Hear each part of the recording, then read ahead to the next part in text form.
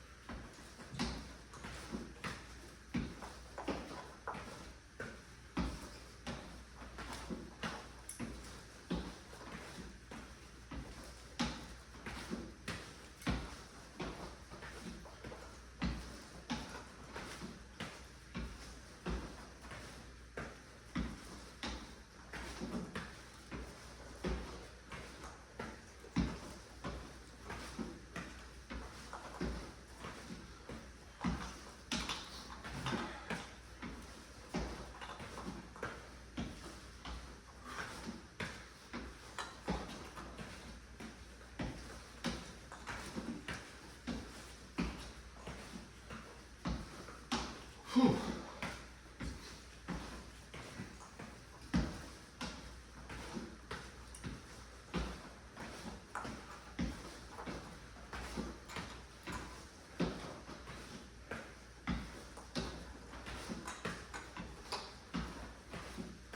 All right, that's 50. I'll mark that down.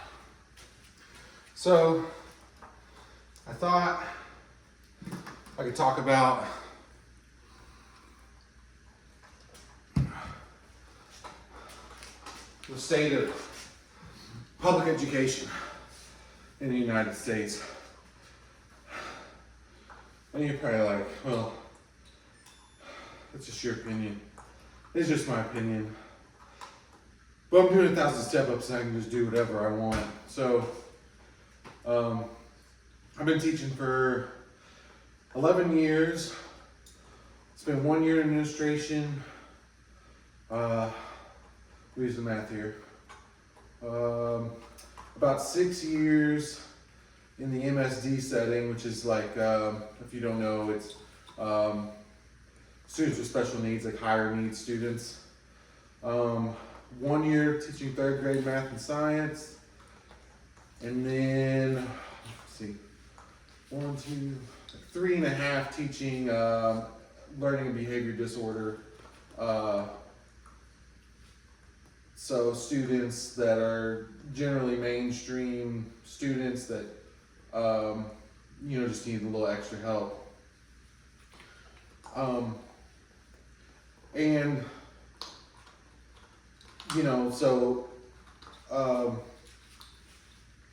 a little bit more about me, I guess. I got my bachelor's degree in elementary education and special education LBD specialization.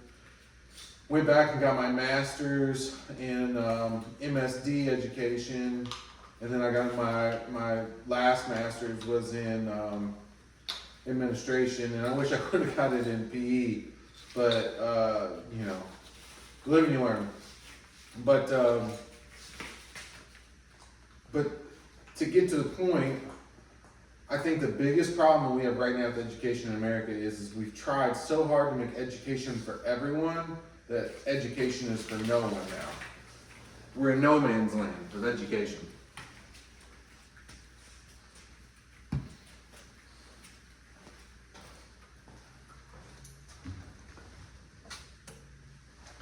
If you see me walk back, I get busy and I might just spit in the sink, or I see something and I pick it up. We're gonna do 50 up and overs now. I'm not gonna count too much while I'm doing these, or talk too much, because it's hard for me to count, as you can tell I can barely talk. So,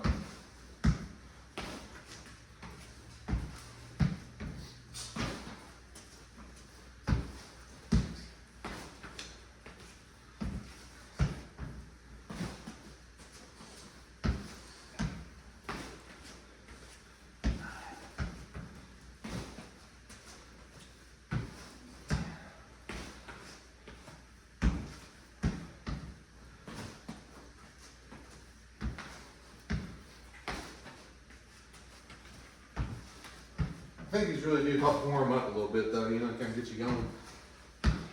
They're the hardest. They take the most time. But kind of just really take your time with that 16.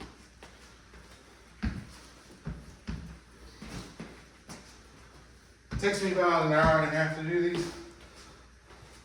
2,000. So you guys doing it under an hour, it's pretty amazing stuff.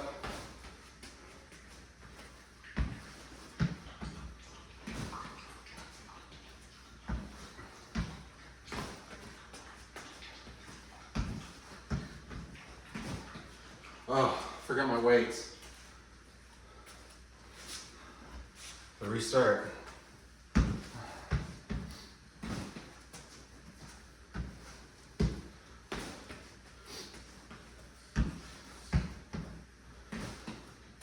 Now we're at 4.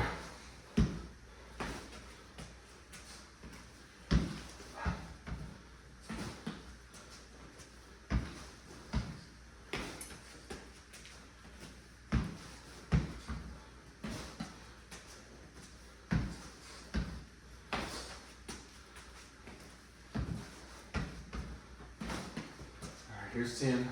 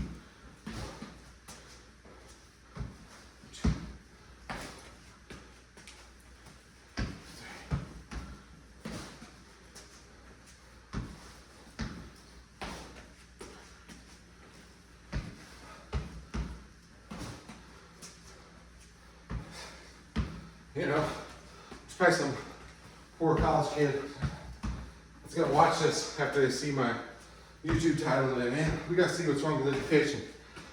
It's just some big dummy doing step-ups that can't count. And they gotta find another video. That's all right. All right, that's 30. 20 more.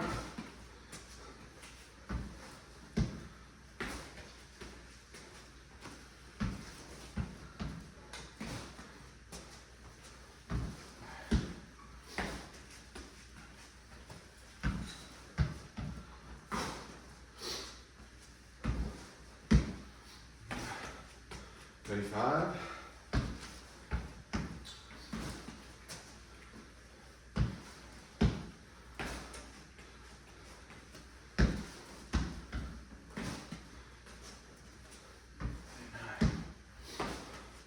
It's 40.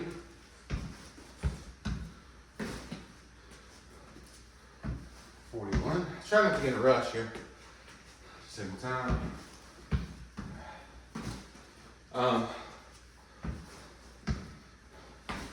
43, 44, 45, 46, 47, 48, 49, 50. Here's my 50.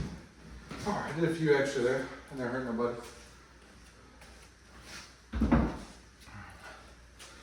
If I win the sheep hunt and you guys have to review my video, at least you get to listen to me talk for an hour and a half. So, we don't know glasses here. So that's my up and overs. There's one set of those. We'll do some step ups.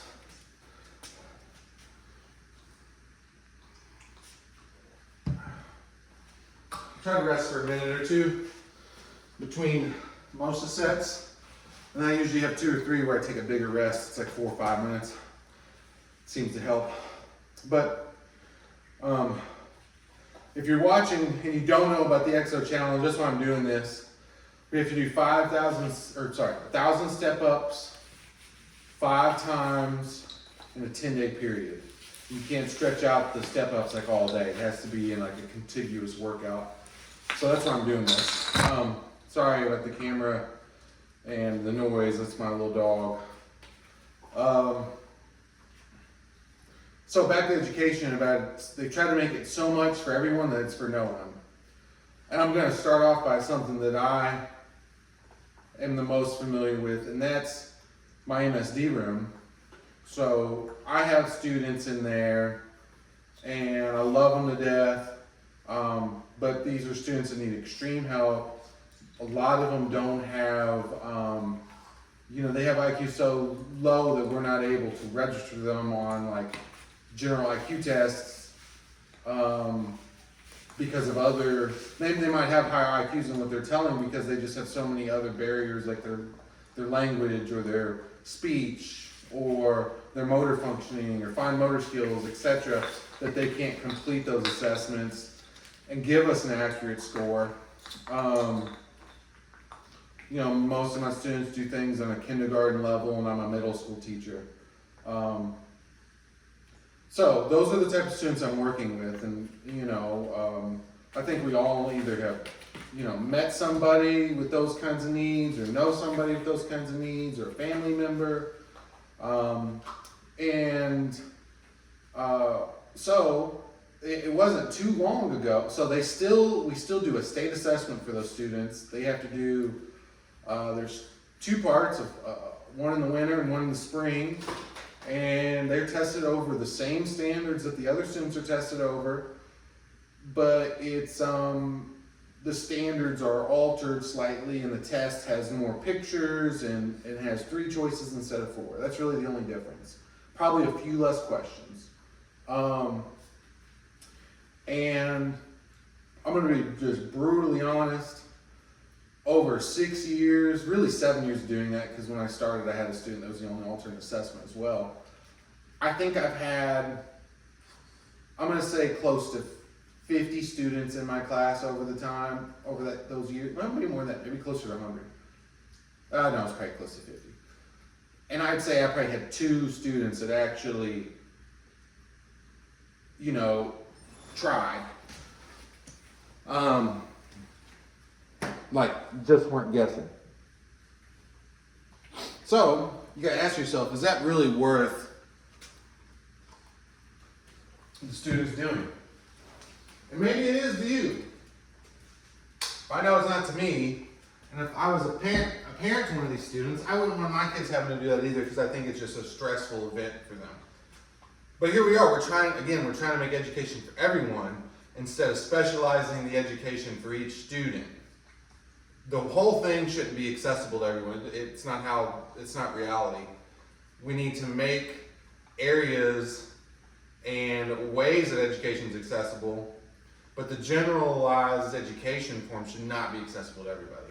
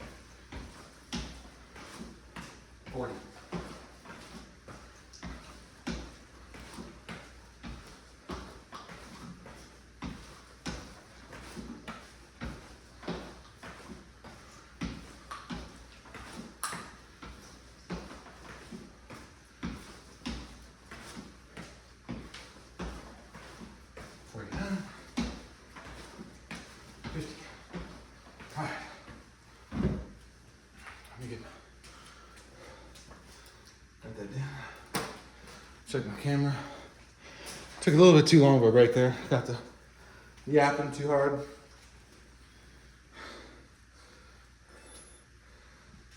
I'll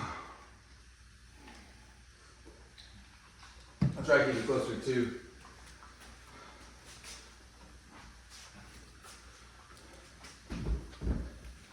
So that's just like one case in point. The other, so now I'll go into like state assessments, national assessments, etc.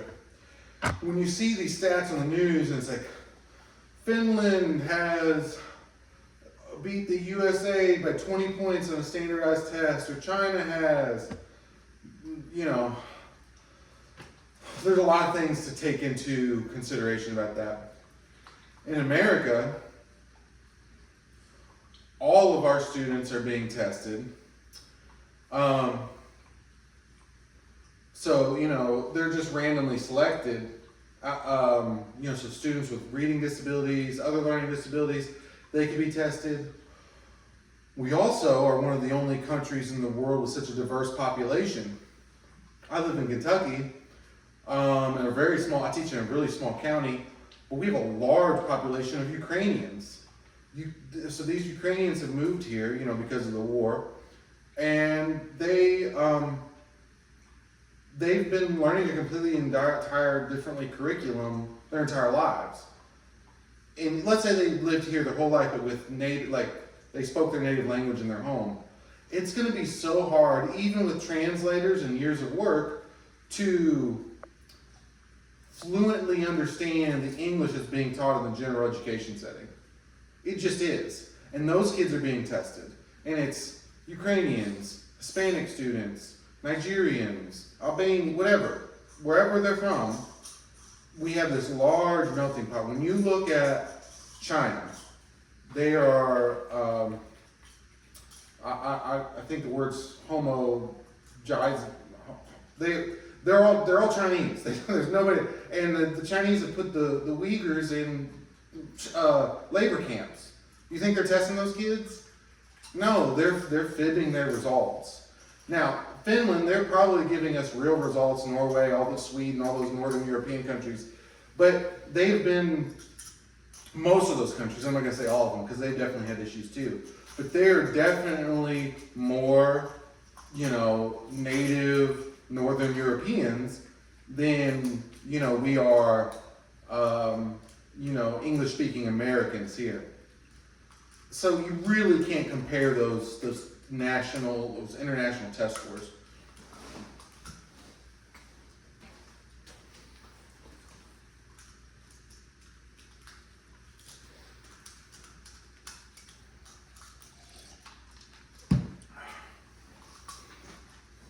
I gotta stop talking so much. I kinda like it though. It's fine, give me a good rest. These are pretty tough here.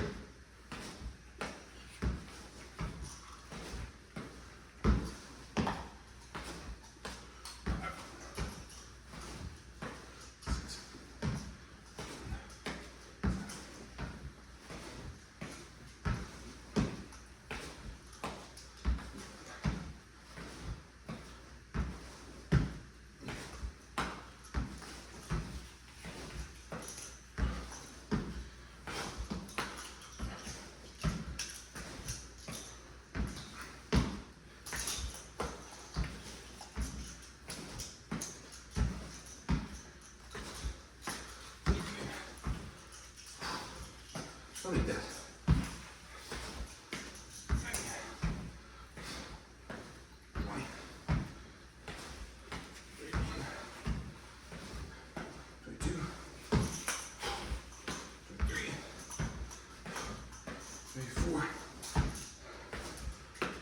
If you're wondering what the first video was, it's unlisted.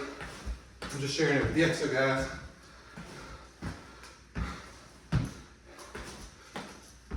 But now that I kind of figured out how to record these longer videos, might as well put them on my channel.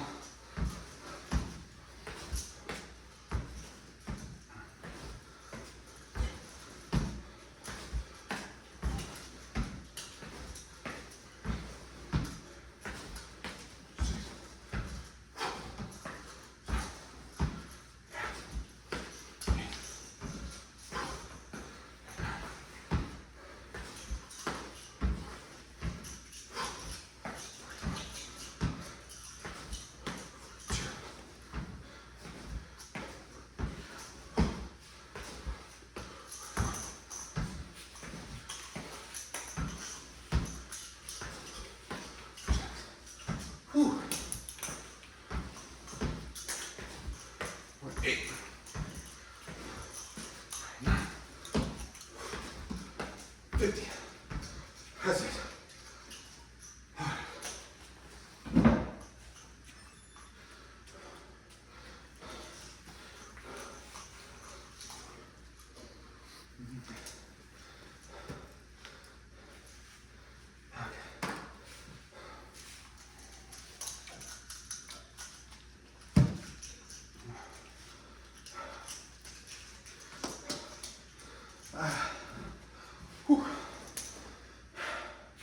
For the EXO guys watching,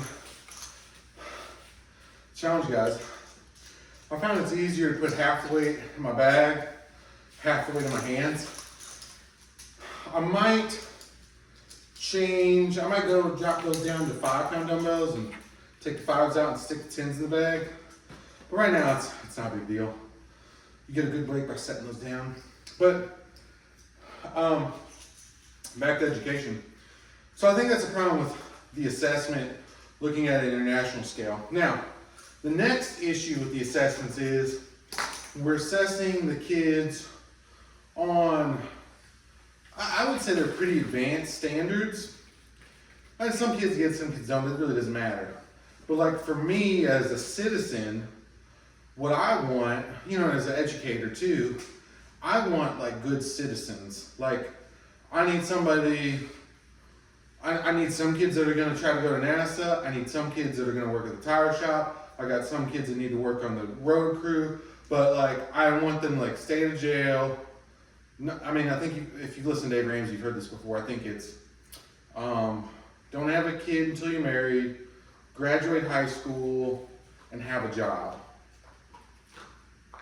Pretty sure those are the three things, and it's going to pretty much guarantee you're in the middle class. I like if we could just do a poll, like let's say 5 years after graduation, and we see how many kids went to college, how many kids went to this, how many kids went to that. I think that would give us a more accurate representation of how is the education system working as a whole, rather than these assessments. Oh, start a set. That's fine. I probably need to start a set.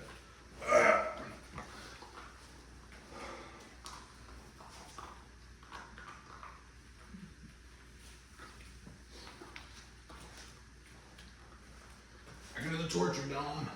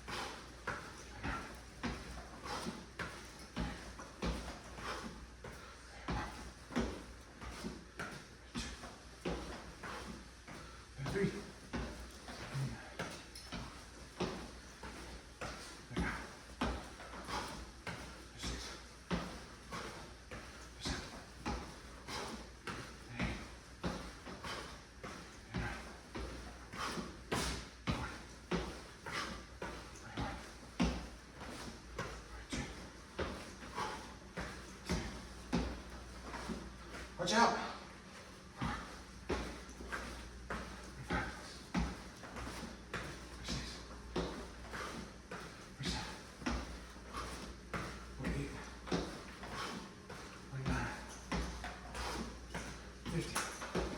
Okay.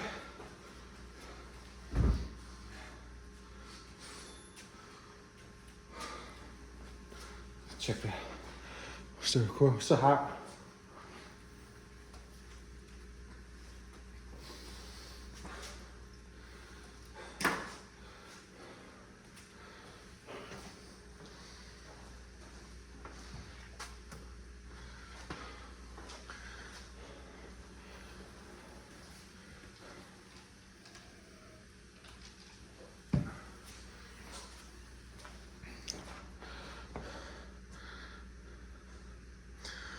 So that's kind of my spiel on assessments. And then something that kind of gets me sometimes is the portrayal in the media about teaching being a liberally dominated field. And I would say, first off, it's a very female dominated profession, which they're traditionally Democratic voters. But it's not, it's all about where you live. Like, I think if I lived in Spokane, Washington, I would say the same number. Oh my gosh, there's a lot of liberal people that teach school here, which I wouldn't be like too crazy about. But where I live in Kentucky, I mean, I would say 90 to 80% of people I've worked with my entire life have been very conservative Republican voters. And and I don't talk politics at work.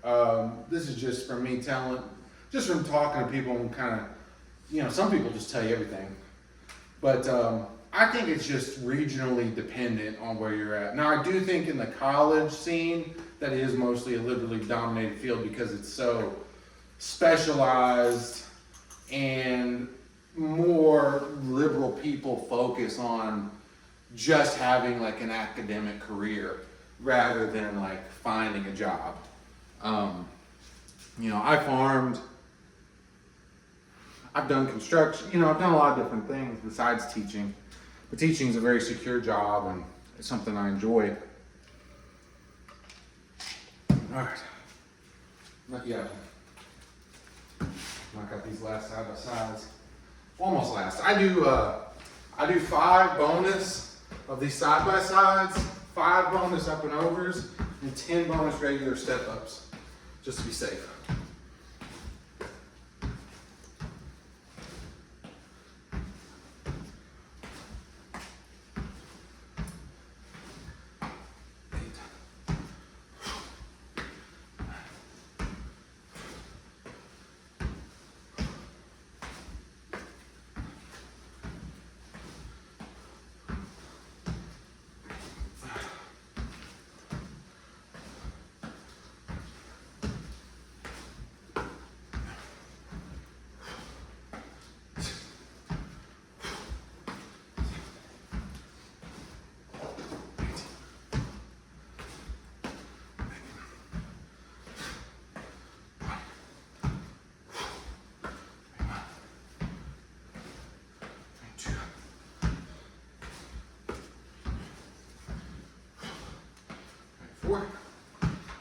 Halfway there.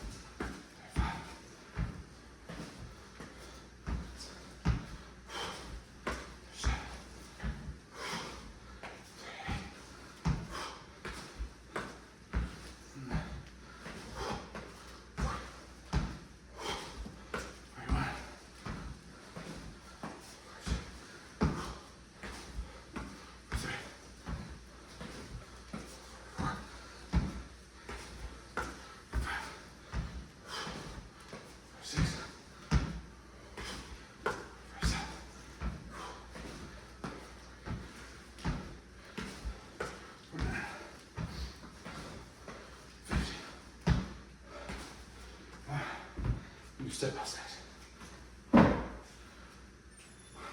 All right. Check our camera. Still going. Yeah.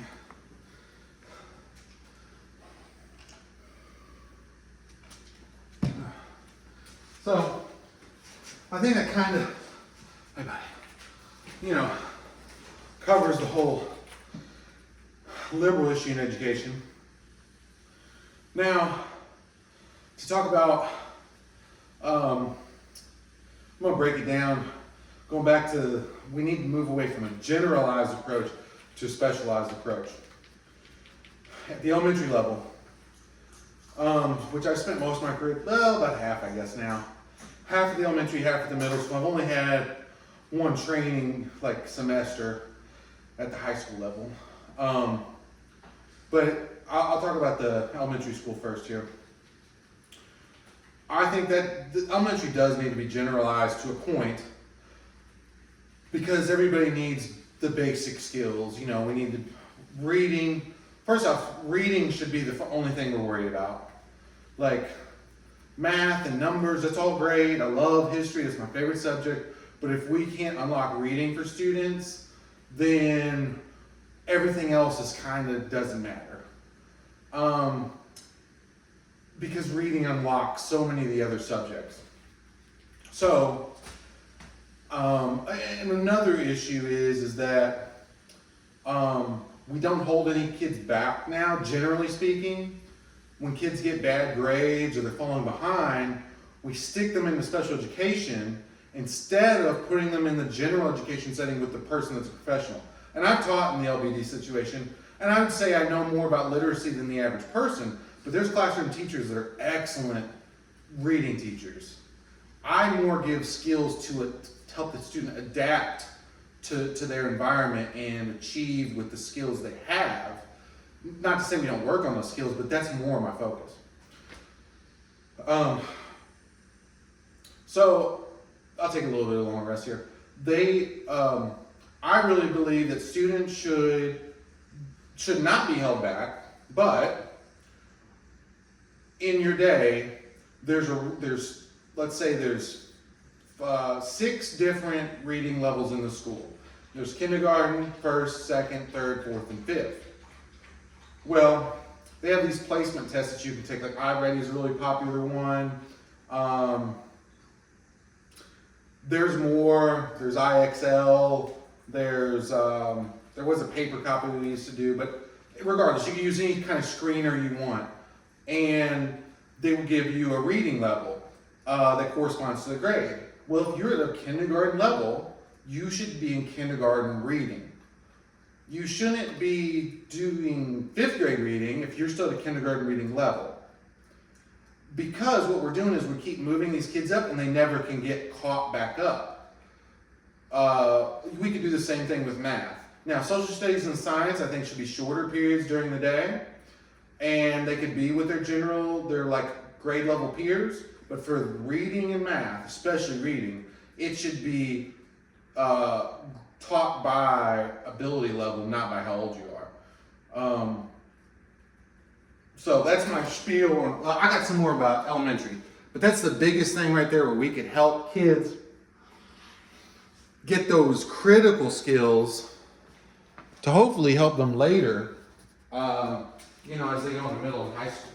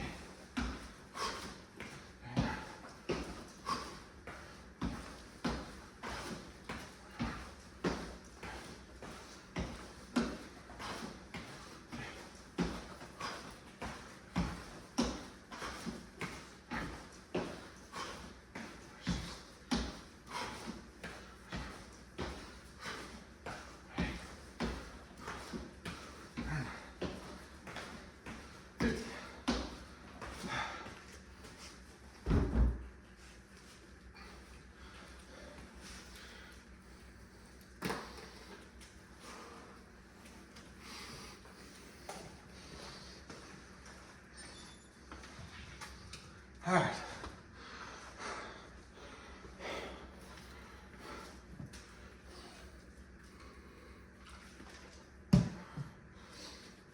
So we'll go up and over. Next one.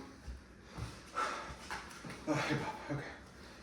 I'm gonna finish my elementary thought here. So skill level based grouping is key. The next thing, students at elementary level need more play, not less play. You know, we've all but taken recess out of the school. I think students should have 2 30-minute blocks of recess, K through 5. And if you really like want to get aggressive, I think K through 2 should probably needs 3 25-minute blocks. I think that's really important. But that's kind of, to me, that's elementary in a nutshell. You guys smell like you pooped.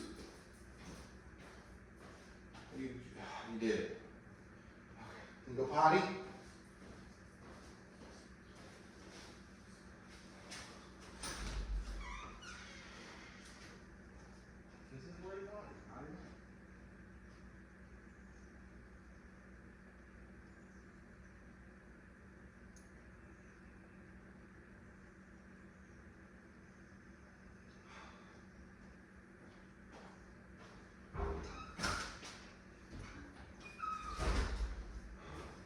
That dog was outside for 30 minutes. All morning. He had all morning to poop. What does he do? He drops a big dump in the garage. Oh, killed me.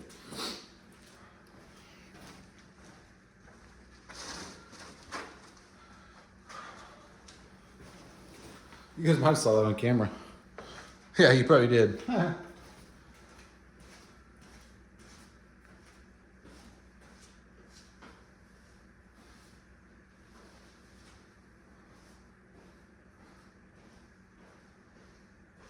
Wash my hands.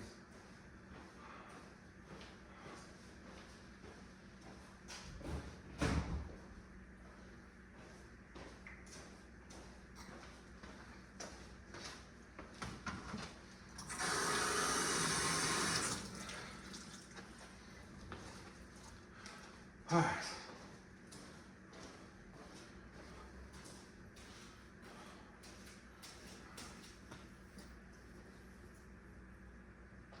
I'm gonna go ahead and hit these step overs. 50 more. 50 more big step overs.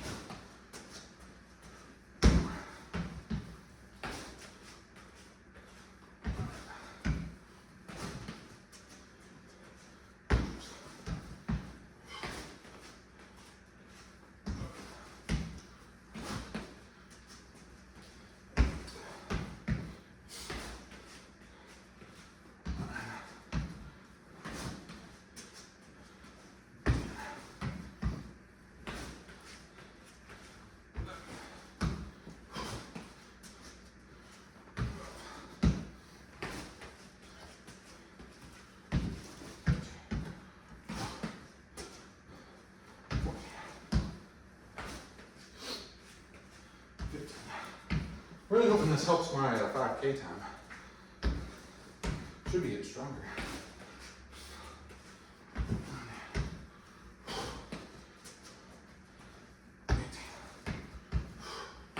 Ooh, I'm hurt. 19.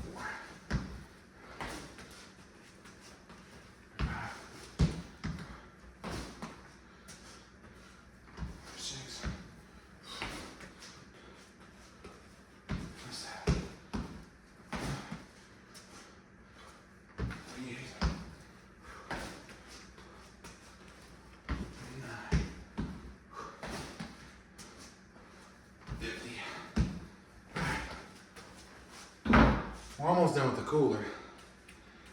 For you EXO guys, the reason why I do my step ups on the bench is it's much more in that 15-inch zone where this is too high, this cooler, and it's a little tipsy. There's no way I was gonna go spend 50 more bucks in a plyometric box that I would never use again. Those little boxes, I think Mark and Steve, those was a nice idea, but those little boxes wouldn't be good for anything for me going forward. And they to me, they didn't look like they'd last that long either, especially if you're a bigger guy. So I'm gonna hit some regular step ups, and then I'm gonna do my bonus for all of my different versions, and then I'll hit 50 more step ups, and then I'll take a little prolonged break, like a 10-minute, 5 or 10 minutes, depends on how I'm feeling. Okay. So I think I kind of covered elementary. Let's move to middle school. So this is kind of what I'm talking about. Instead of generalized, we need to be specialized. So once we leave elementary, we should have where we're working at, what level. So when you leave 5th grade, you might be at a 5th grade level, you might be at a 4th grade level, you might be at a 1st grade or a kindergarten level. If you're at a kindergarten level, you're probably looking at being in a room, a resource room most of your day, depending on your needs. But I think from there, we should have kind of 2 different tracks starting in middle school. You've got a functional learning path, and then you have a college, higher level career path. So our math in a functional level should be more like basic addition, subtraction, using a calculator on everything, organizational skills with numbers, balancing a checkbook, budgeting, understanding stuff like pounds per square inch, like filling up air in a tire, units of measurement, gallons, ounces, etc. That should be the focus. And there's going to be some people that are going to say, well, we teach students algebra and this harder math because it connects neurons in their brains while their brains are still developing.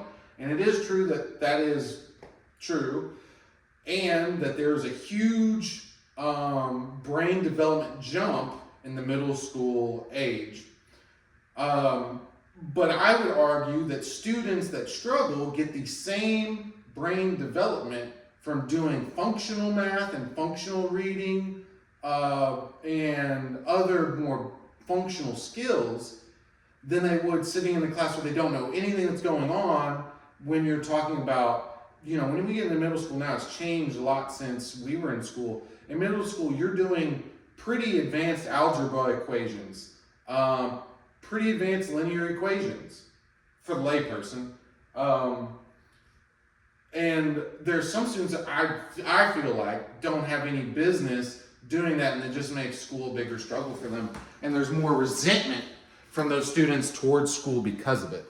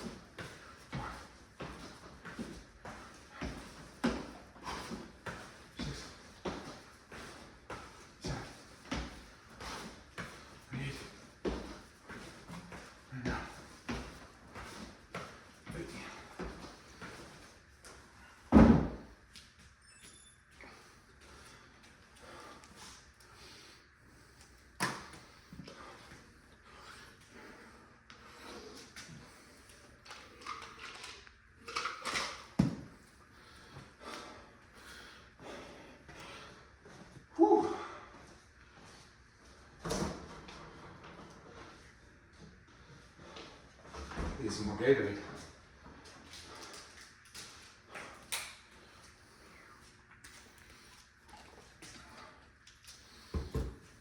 So, I think that really covers the middle school. Now we move to high school. From a little bit of time in high school and working with people, that have been high school teachers and just being around it, I think high school does a better job of the specialization. There's a lot of schools, a lot of districts that have college courses readily available to students in high school. They have good trade programs. I would argue though that it needs to be even more specialized. And I think that students need to be able to leave high school with one or two things. You should be able to leave with an associate's degree. So my thought is you should be able to get all of your prerequisite kind of courses done in high school if you're planning to go to college. And 4-year program should take 2 years when you go to college. I also think they're, like, for the kids that are more on the work-ready track, like that want to pursue a career, when you graduate, you should be able to graduate with a welding license. And I'm not talking about like, oh, it's just a little certificate and you get to go to the welding school in town, or you can weld at the factory for $15 an hour. I'm talking about full-on, you're licensed and qualified to go to the pipeline. You've got you can be an electrician. Like, you're ready to go be an electrician. You're ready to go be a plumber. You're ready to go be an auto tech. Like, that type of preparedness. I'm not talking about going and working at Walmart changing oil. I'm talking about being a full-on mechanic when you graduate high school. And those need to be rigorous requirements and classes that those students are doing. All right, enough of Rick. Okay, I'm gonna do my bonus ones here. So it's gonna be 5 up and overs, 5 side to sides, and then 10 regular step-ups.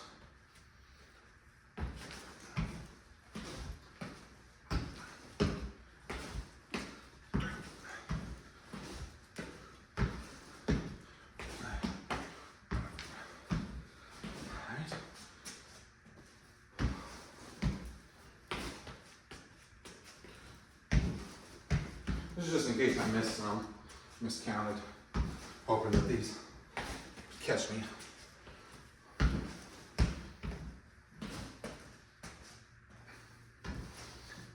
So really I probably do 1,020 each time I do this.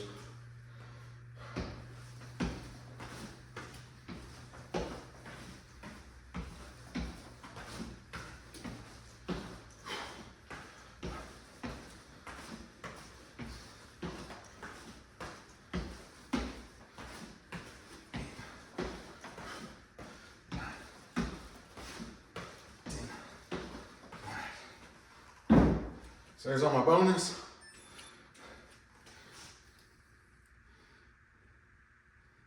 Check, check, check.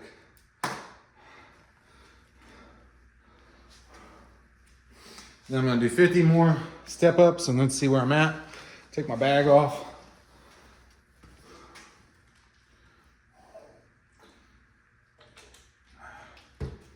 Move this cooler a little bit.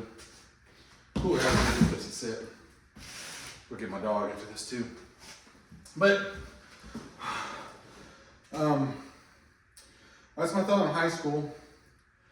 And then kind of going to the college thing, I think we got to go back to the country as on-the-job training for real jobs. For example, for teaching. I think that if you get your associate's degree, like I was talking about, and you have basic understanding and basic academic skills, you should be able to go sub at a school for a full school year, and then there's a thing called the praxis test in Kentucky that proves that you know what you're going to be teaching. You should be able to go take the praxis test and then be able to go teach at whatever praxis tests that you've been able to pass. So for example, like I had to pass elementary education, So it does reading, writing, math. I passed all that. Special education, which is a lot of laws. MSD, same thing, a lot of laws. And then I need to take my administration one. I still haven't taken that yet. That's on my list of things to do.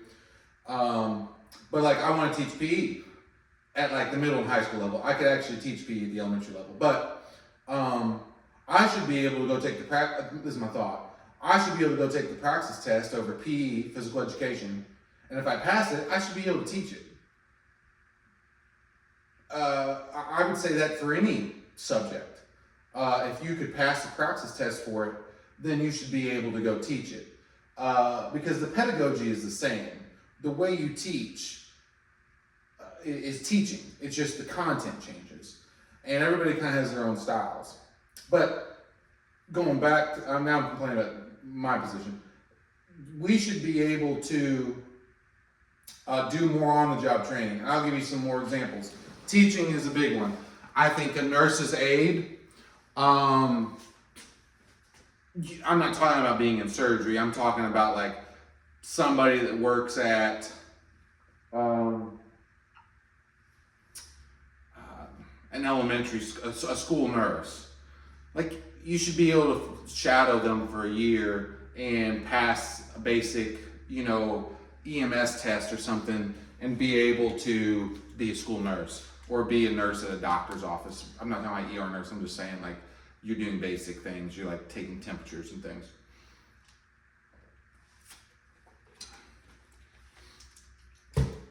There's lots of other jobs that are just like that I think we could have on-the-job training for, that you don't need to go get a degree to do them.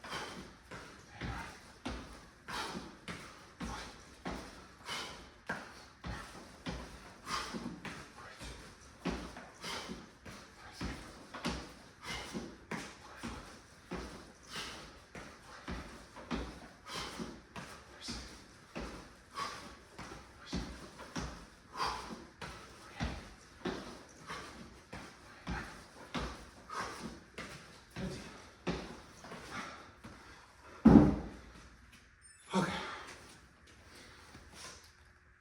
Take the bag off.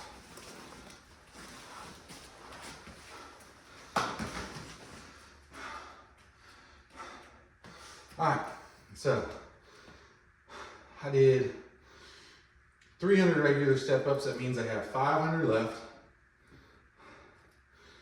So if I do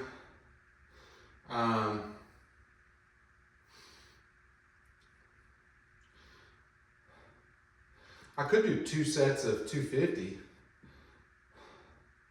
That'd be pretty cool. Let's just do that.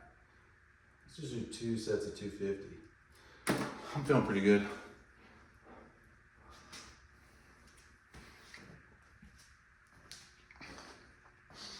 Still recording. So halfway done. I'd say that's kind of my general consensus on the state of education right now. I do got some other thoughts though. First thing is, I gotta clean this poop stain.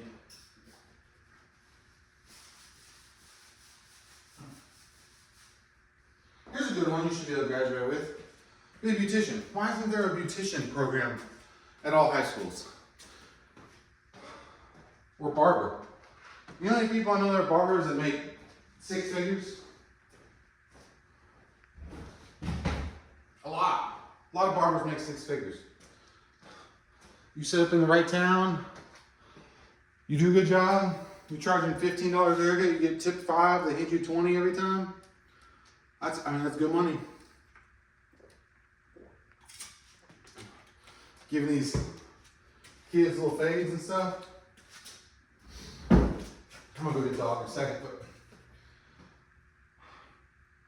first thing is, there's no reason we shouldn't have a universal preschool. We should have a universal preschool, hands down. We're sending billions of dollars overseas, and we don't have a universal preschool. That's the craziest thing I've ever heard. And I'm actually very pro keeping your kids at home. I think being with your kids is something like that you really can't replace, and just that time you get to have with them. I wish I could spend more time with my kids, during the school, like just in general. Not obviously there's sometimes where I like having a little alone time to work out and go hunting and do those kind of things, but you should be able, I think that's good to spend more time with kids if you don't want to send them to preschool. However, there's lots of people that to have a house and have a car and put food on the table, they have to work. Well, hey, daycare is getting so expensive. I live in a small town, and to send both my kids to daycare for a month is more than $1,000. And, luckily me and my wife both have good paying jobs, but if we were a little, let's say jobs paid, a little less, we'd really have to think about just keeping our kids at home and quitting our job because the daycare expense is so high. So, I think there should be definitely a universal preschool, and you're going to help these kids with early intervention so much more. In that same train of thought, I'm so far from, leftist or socialist or anything, but something that we have to realize and come to terms with is that we already live in a socialist society. We are taxed, if you're a contributing member to the tax pool, depending on your write-offs and how much money you make, anywhere from 20 to 40% of your income, maybe more in some states, is going to the government, and then they're redistributing it through programs like, and I'm not saying these are good or bad programs. I think some of them are good and some of them are bad, but unemployment, welfare, SNAP benefits, affordable housing, etc., etc. There's a million different things that they're paying for that are just going directly to other people. It's not like roads. They're like, oh, do you not want roads? Yeah, I want roads, but there's other ways to get roads than taxing me to death. But the reality is that money is already going to other people and being redistributed. I don't even have a problem with that kind of money, to be honest. It's crazy that we're taxed so high, and then we're sending billions of dollars overseas to other countries. So we kind of have to get over the idea oh my gosh, that's socialism, because we're already living in a socialist society, unfortunately. I just hate to break it to everybody. But I think that there should be state, maybe it's state colleges or online programs or something where if there's students that are serious about doing jobs that are important, so let's say teaching, nursing,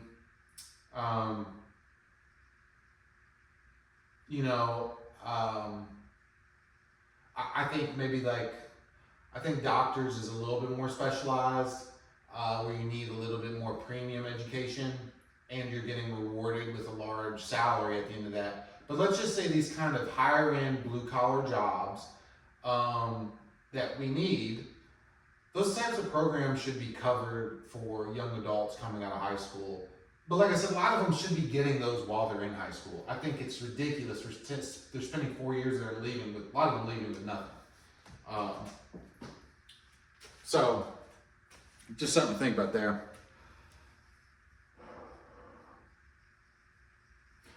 When I come back, I'm going to start on my step ups here, and then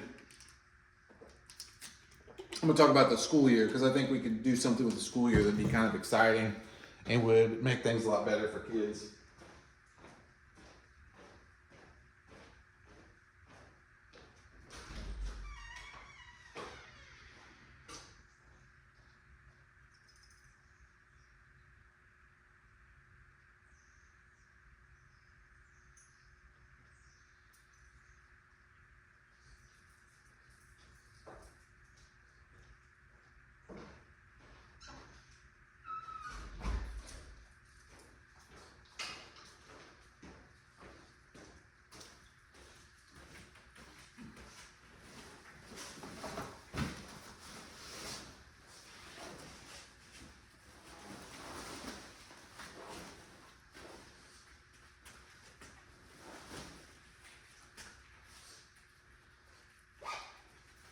Listen to Seven Dust right now.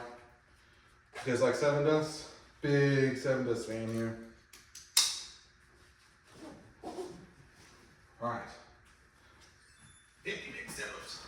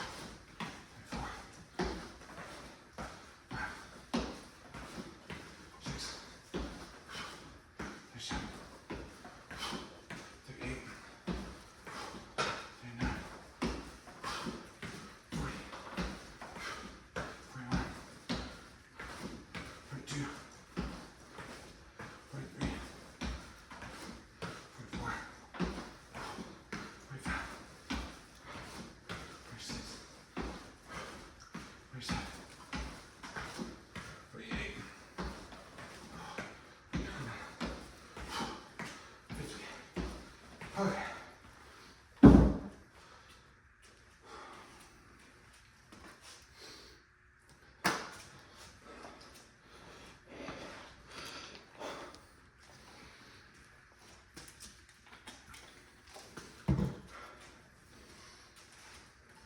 So, talk about the school year. I used to be anti year-round school. And I still am in a sense, but in a different way. So I liked, just still do, I like my summer break, but I really liked it because I farmed, and that's when I made all my hay was during summer break. But I I still like being off and everything and yada yada yada.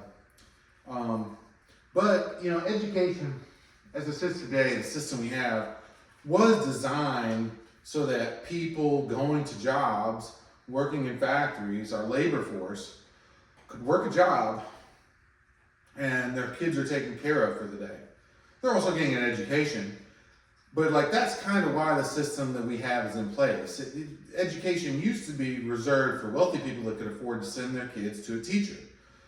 Poor kids had to stay at home and work. And now they don't have to do that, obviously. You know, everybody gets to go to school, which I think is good, but a big reason for that is that we industrialized and parents had to go off to work and, you know, they want to know that their kids are somewhere safe. So that's kind of the system we have. The big problem with that is in the summer we go, hey, you know what? We're just going to have 2 whole months off in the summer. And there's a couple problems with it. The first problem is that parents have to find childcare. Second problem is that there's something called the summer slide, where kids forget the skills that they learned during the school and they lose a certain percentage of their skills. And I think a year-round school could help solve some of those issues. But I'm going to propose it in a different light than I think traditionally has been proposed.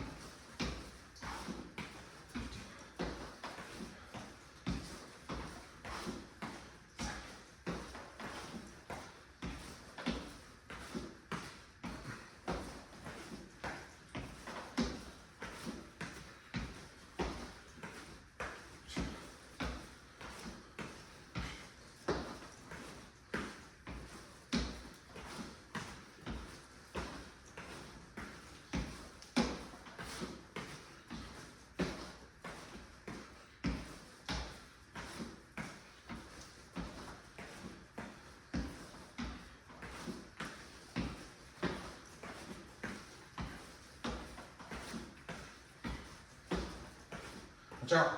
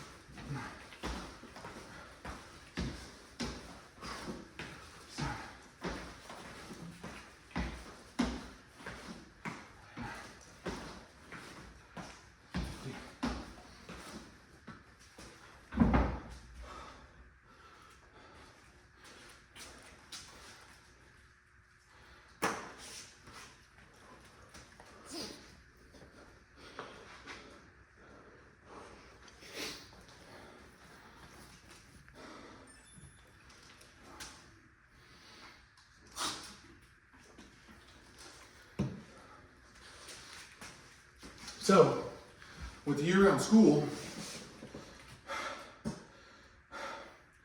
traditionally we've got 4 different grading periods or 4 semesters in a high school. I think, or a middle school or whatever, some places do 6 already. But let's say 4 and then you have the summer off. I think if we move school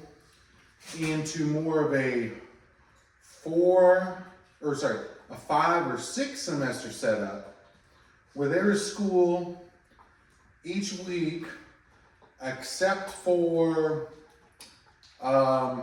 major holidays. So I'm talking Christmas and New Year's, Easter,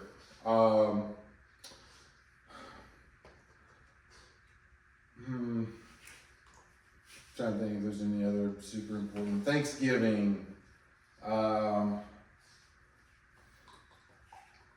Yeah, you know, any other national, federally recognized holidays, whatever. Those days are off. All the other days we're in school in session. And here's my proposal is that there's only X amount of courses you have to take. So you could still finish in 4 semesters if you'd like. And have that year completed and be off for a whole semester. Or let's say like you just want to go hang out in school. You can go to school and sign up for classes, and if you've already completed, you know, the required math or reading classes for that year, you can sign up for like you can sign up for gym 5 times if you want, you know, or whatever, just to be at school. And this would give parents that can't find childcare, that have to work, the ability to put them in school. It would also give parents a little more flexibility to take breaks when they want to. So for example, let's say each semester there's X amount of built-in days that a student can have off, and let's say that's a week. So, you know, traditionally our spring break's like the first full week of April. Well, let's say for my family that doesn't really work. So I could take my kid out, his week could be the last week of April. And I take him out and we go do our spring break, and he comes back, he hasn't missed anything. And part of the reason why that's possible now is with computer-based learning, and I don't love computer-based learning, but he can front load his work for the week that he's off by getting ahead and working at his own pace and not miss any of that school. And there can be different classes for different types of kids. And kids that need more time in the classroom can get it that way because there's more school available. And teachers could make more money by working more days of the year, which I think is a win for teachers. And on top of that, I do think you'd probably have to hire a few more teachers to rotate in and out of so many classes, and there'd have to be kind of like how nurses do, where they share days and take certain days off. Teachers would have to do that. It's just a thought.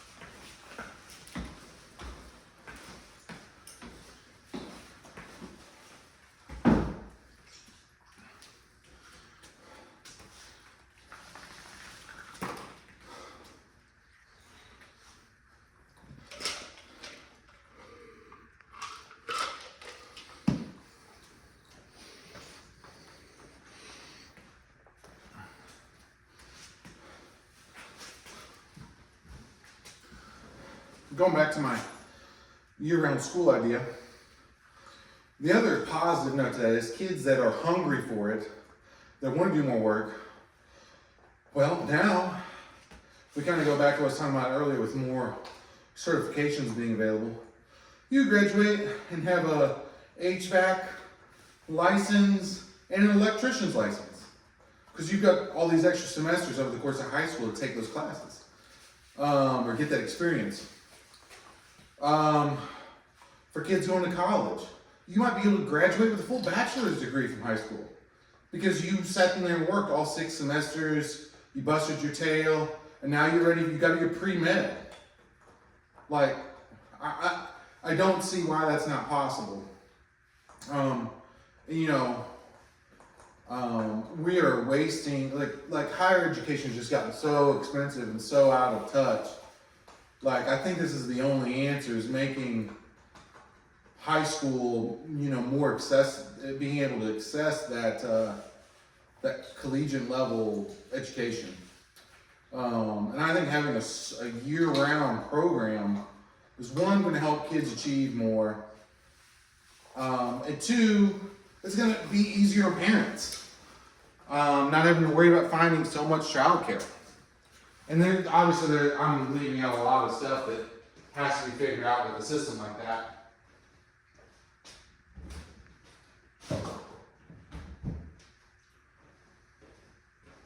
But, it's funny. Like, we started doing school like this one time, and then we've just done it like that forever. Like, school has not changed that much. And I think there's just way better ways to do it, and we're just sitting here kind of spinning our wheels wondering why everybody's so dumb.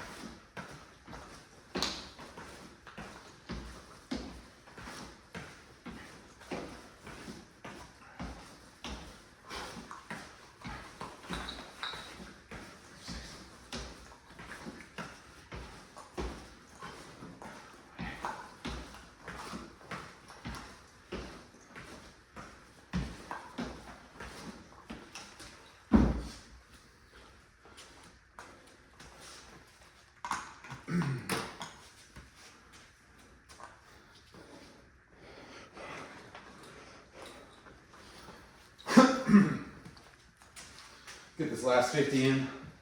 Take a little prolonged break, go get some more water. I'm trying to think if there's anything else with education. It's really pressing on me today.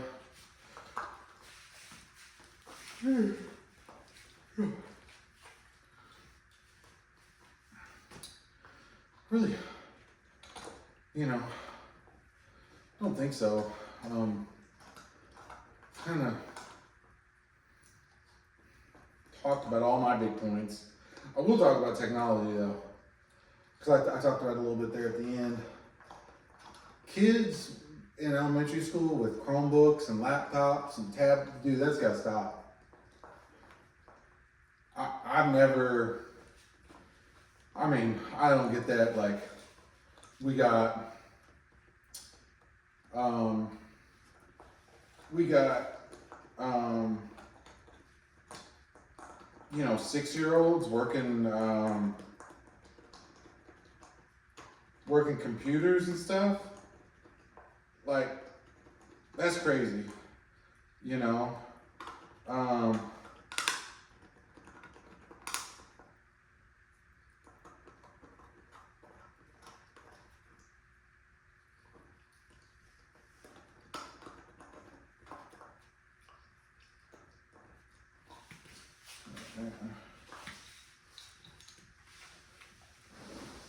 I think when students get in the middle and high school, they can really start, you know, kind of seeing the benefits of computers and, you know, being more responsible with that. But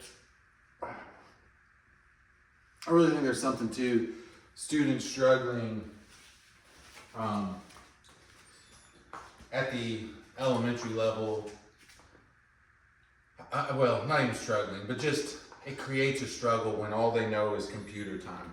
And at home, these kids have too much access to iPads, TVs. They don't need it at school.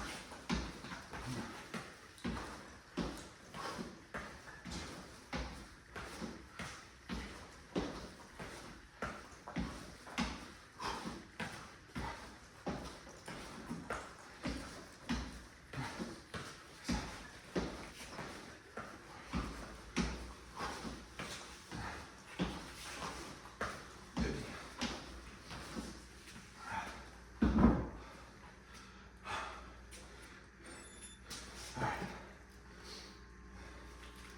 250 left to go.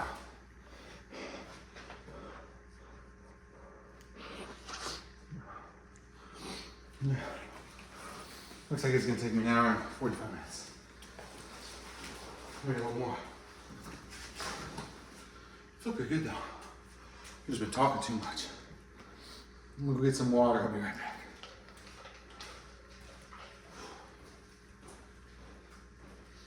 Stay. No, stay. You stay. Be right back.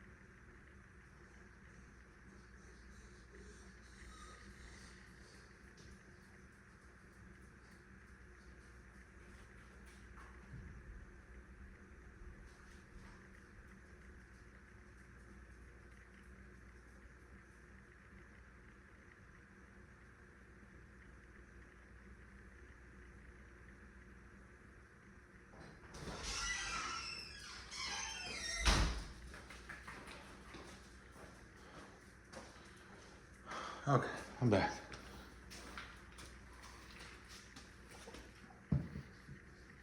You didn't poop again, did you? Surely not.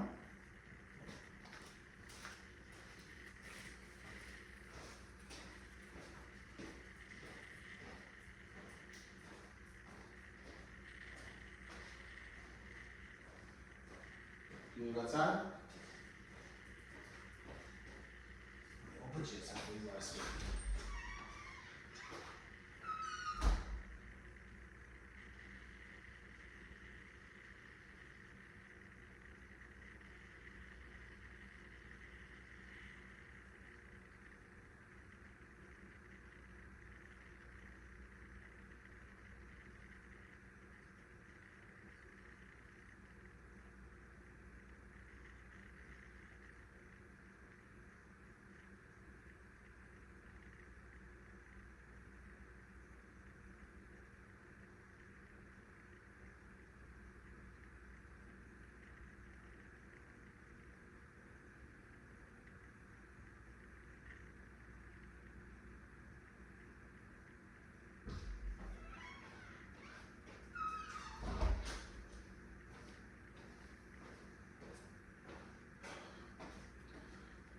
Alright, we're gonna get started here pretty soon after this video.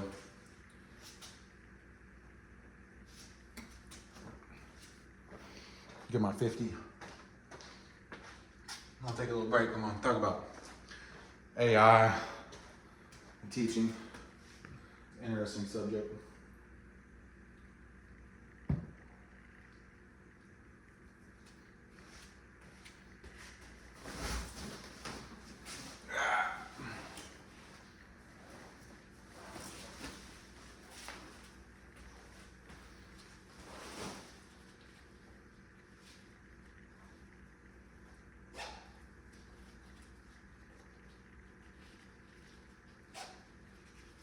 $2.50 left.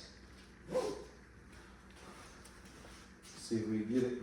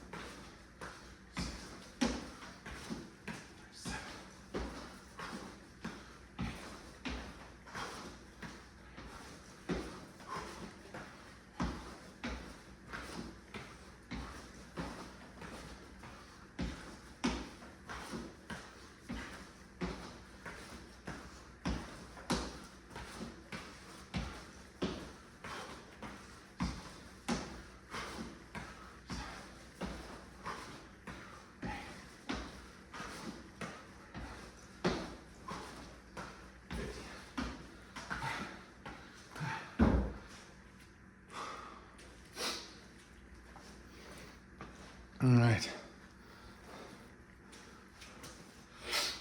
Still rolling. 4 more sets. So, I was going to say about AI and education. First off, I'm an AI person. Need to unplug it, get rid of it. Now, I will say it is very handy for completing simple tasks. Like, I use it on the thumbnails on my videos. It makes really cool thumbnails. Now, it makes cool thumbnails for YouTube, for my little YouTube channel, for my little YouTube videos. But like, I cannot stand the AI generated slop images I see that people are making for their businesses now. Like they make posters on their signs, it's on their car, on their work van. I think it looks so bad. And completely takes the human element out of art and looks ridiculous. But I think AI does have a place as far as completing simple, mundane tasks, like calculating building materials for a certain size building, or when you're trying to figure out a problem and there's multi-steps, and AI as computers, the computer capacity can just kind of combine those steps and give you an answer quickly. Or AI is kind of like just an advanced search tool on the internet. It's fantastic at that. It's really good for shopping, kind of conglomerating reviews, and giving you options based on your preferences or your body style or whatever.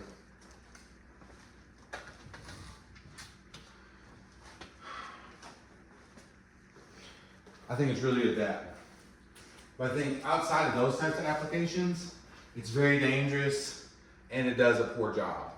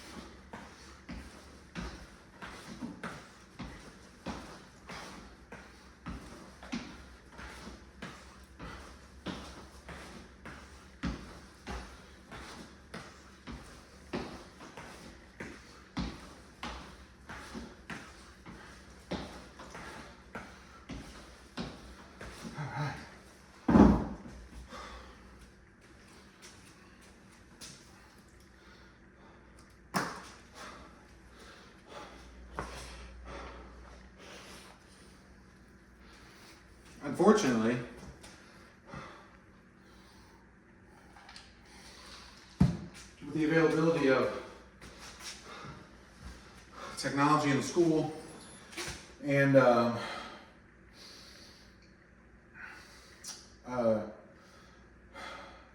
tech influence that's on education, I do think that AI tools are going to be used more and more and more, to the point where students are being taught by their own individualized AI bot, and there is a facilitator, probably going to be a former teacher to start out because they're going to push teachers kind of out of the building, I think. But one teacher will have like 50 students, maybe more. And they're going to rate, like students will raise their hands when they're having problems with technology, or maybe AI is not explaining it exactly the way they need to explain, or they're still struggling, yada yada. I think like a job like mine will be safe because I'm changing diapers, I'm opening milks, I'm dealing with extreme physical violence and behaviors, and like I don't see a future in my lifetime where there is a robot, or any type of artificial intelligence that's going to be able to move and react and soothe those types of students that I work with any kind of consistency. So I think like a job like mine's safe. But now if you teach like Algebra 2, I think in 20 years, that's going to be a much more competitive job because I think class sizes and AI are really going to impact that, unfortunately. I don't think it's right. I don't think it's, the way things should be, but unfortunately, I think that's the way things are going.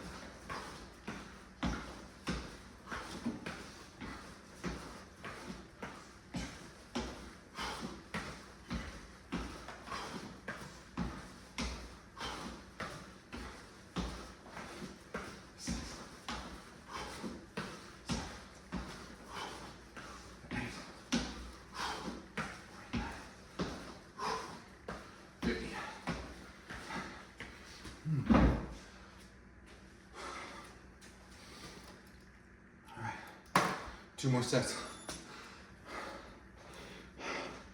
Two more sets.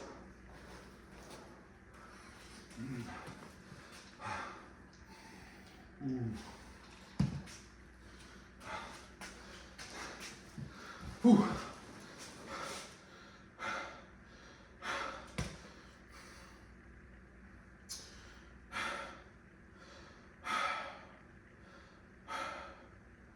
Overall, though, just kind of ready to wrap it up here. I don't think education's in a great place, but I think the thing to understand is that kids that are going to be doctors, going to be lawyers, going to be astronauts, going to be scientists, most of them are going to be that no matter what we do. They have that internal drive and interest in the subject, and they're going to learn on their own. I think, generally speaking, they're going to be fine. the students that I'm most worried about are one, it's two, it's the whole other group. It's the ones in the middle that are not getting all the extra attention that our struggling students get, and not getting maybe the exposure at home or the gifted exposure that other kids get at school. They're in the middle that are kind of, some of them might be lost. And instead of being a nurse, they end up working at Save-A-Lot. And I think those are the kids that we are really misservicing. I also worry about kids that are kind of like the kids that are going to work in the trades. They, you know, I don't know that they're leaving high school as prepared as they should be, and they get idle time after school before they kind of decide what they want to do, and a lot of them make poor choices because they're 17, 18, 19 years old.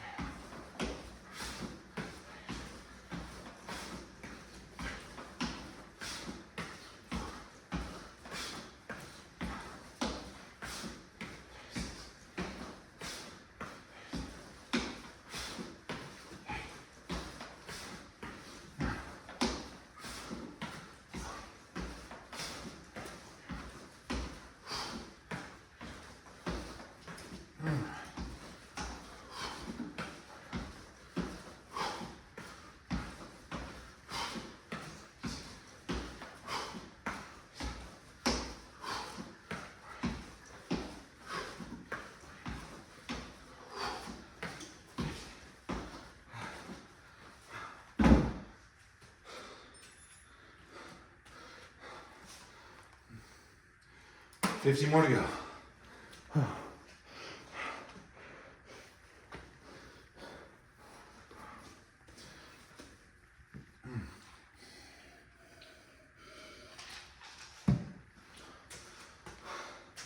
So, just before I do this last set, if you watched almost 2 hours of this, thanks. Let me know if there's another topic you want me to talk about. I like doing the talking while I do this. It's just, it kind of takes away from my speed a little bit because I get caught up in my thoughts, but it kind of makes it go by faster to me if I wasn't looking at the timer, you know? But good luck to everybody out there still trying to get through their 5,000. I know I am. After this, I'll have 3 more days. Hopefully I'll have it done by the end of the weekend. Yeah, we'll see you on the next video, man.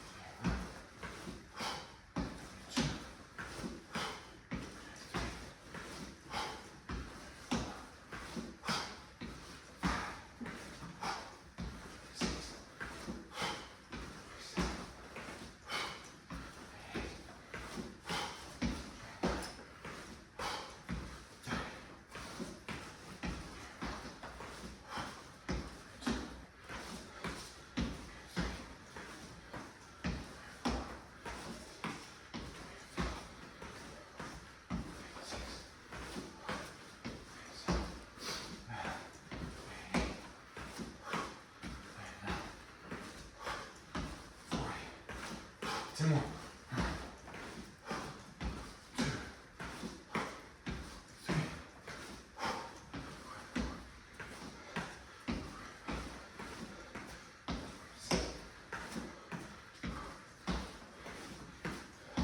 8, 9, 50.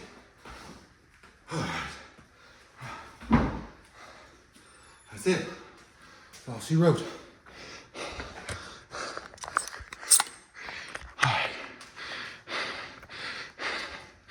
Almost 2 hours. Let's see if I can carry this. I'm gonna weigh myself with my weights in my pack.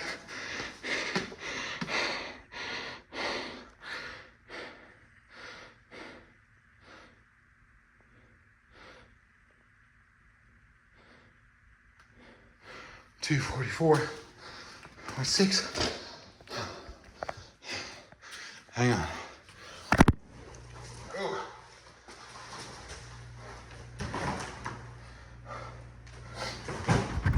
There goes my pack.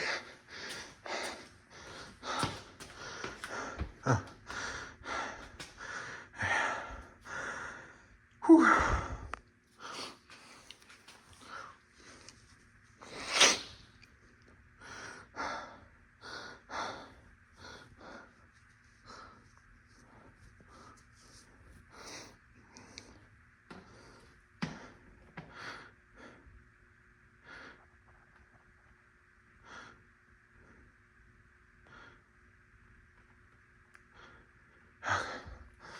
Whew.